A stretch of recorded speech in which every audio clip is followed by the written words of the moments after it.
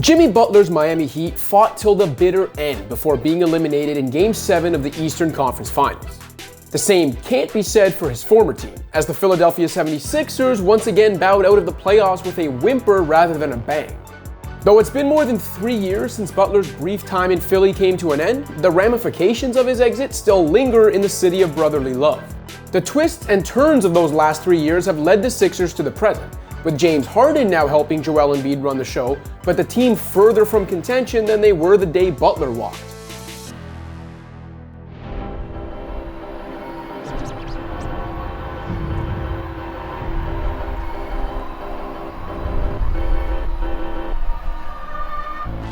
After scoring 32 points to eliminate the Sixers in Game 6 of this year's East Semis, Butler went viral for this post-game moment. Tobias Harris over me? Whether the Sixers ever actually chose Harris over Butler is up for debate. Yes, Philly did sign Harris to a 5-year, $180 million contract in the same offseason that saw Butler land in Miami. But the Sixers also gave Al Horford more than $100 million that summer. And there's been reporting over the years that letting Butler go had more to do with former head coach Brett Brown and Ben Simmons than anyone else. Even going back to, the reason we signed out is, we got rid of Jimmy, which I think it was a mistake, just to make sure that, he needed the ball in his hands, and, that's the decision that made. Meanwhile, Butler himself has also hinted at his displeasure with the way the Sixers front office viewed him. A main reason that I didn't go back was because somebody asked, can you control him? Like, can you control Jimmy? If you can control Jimmy, we would think about having him back. I was like, you don't gotta worry about it. Shit, can't nobody control me. Remember that at the time, Butler was thought to have burned bridges in Chicago, Minnesota, and Philly. But as we covered in a 2020 episode of Unfiltered, Jimmy Buckets was proven correct about all 3 of his former teams. In any event, whether it was Harris, Simmons, Brown, Horford, or a front office member the Sixers prioritized over Butler, the fact is he left for Miami, and Philly got Josh Richardson back as part of a 4-team sign-in trade. Harris may simply be the object of Butler's ire because he's the last one left. Brown was fired after the Sixers were swept out of the first round of the bubble playoffs in 2020. Horford and Richardson were traded later that same year for Danny Green and Seth Curry, respectively. And Simmons, well, we all know how that went. It was a disaster. As for Butler, though he's missed nearly 20 games per year since joining the Heat, he's also averaged roughly 21 points, 7 rebounds, 6 assists, and 2 steals over the last 3 seasons, making 2 more All-Star teams, 2 more All-NBA teams, and another All-Defensive team during that time. More importantly, he's gone absolutely nuclear in the playoffs, dragging the Heat to Game 6 of the 2020 Finals and Game 7 of the 2022 East Finals by sheer force of will. Butler one-on-one with Markieff Morris. Butler drives, falling away, got it again! Jimmy Butler puts the Heat back up by 1.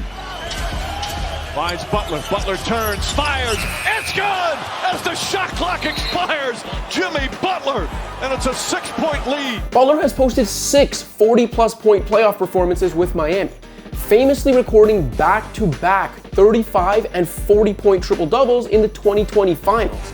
The Heat haven't won a title with Butler in the mix, but Jimmy Buckets has arguably been the best player in the playoffs 2 of the last 3 years. He's the epitome of a 16-game player, which is exactly what the Sixers still desperately need.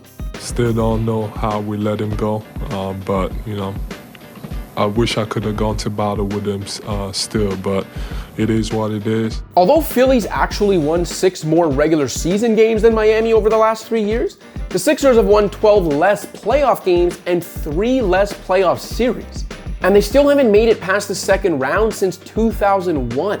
Along the way, while Butler has consistently delivered masterpieces in the face of adversity, the Sixers have absolutely melted down with their backs against the wall. Whether it was getting swept by Boston in 2020, losing to an underdog Hawks team in 2021, or getting trucked by Butler's Heat in 2022.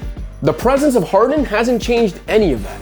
Since losing Butler, Daryl Morey and the Sixers have chased their tails trying to find a championship-level shot creator and offensive initiator to pair with Embiid. They thought they finally had their man in the beard, and Harden's first few weeks in Philly did look spectacular. But whether due to injury, age, or a combination of both, he fizzled out as the season wore on. Over the last 2 contests of a 6-game series loss to Miami, Harden totaled 25 points on 9 of 22 shooting, with the Sixers a -45 in the 80 minutes Harden played and a +1 in 16 minutes without him. Facing elimination in Game 6, Harden took just 9 shots in 43 minutes of action, without getting to the free throw line even once. Perhaps we shouldn't be surprised given Harden's track record when faced with postseason adversity. They say when the going gets tough, the tough get going. Well, when the going gets tough, James Harden usually gets lost. Hey, you don't have to be so mean. For all of his offensive brilliance, the one thing Harden's arrival didn't address for this Sixers team was how uniquely built to quit this bunch was. Even Embiid's numbers in elimination games are downright disturbing. Making matters worse, the team may soon be faced with a brutal decision about Harden's future.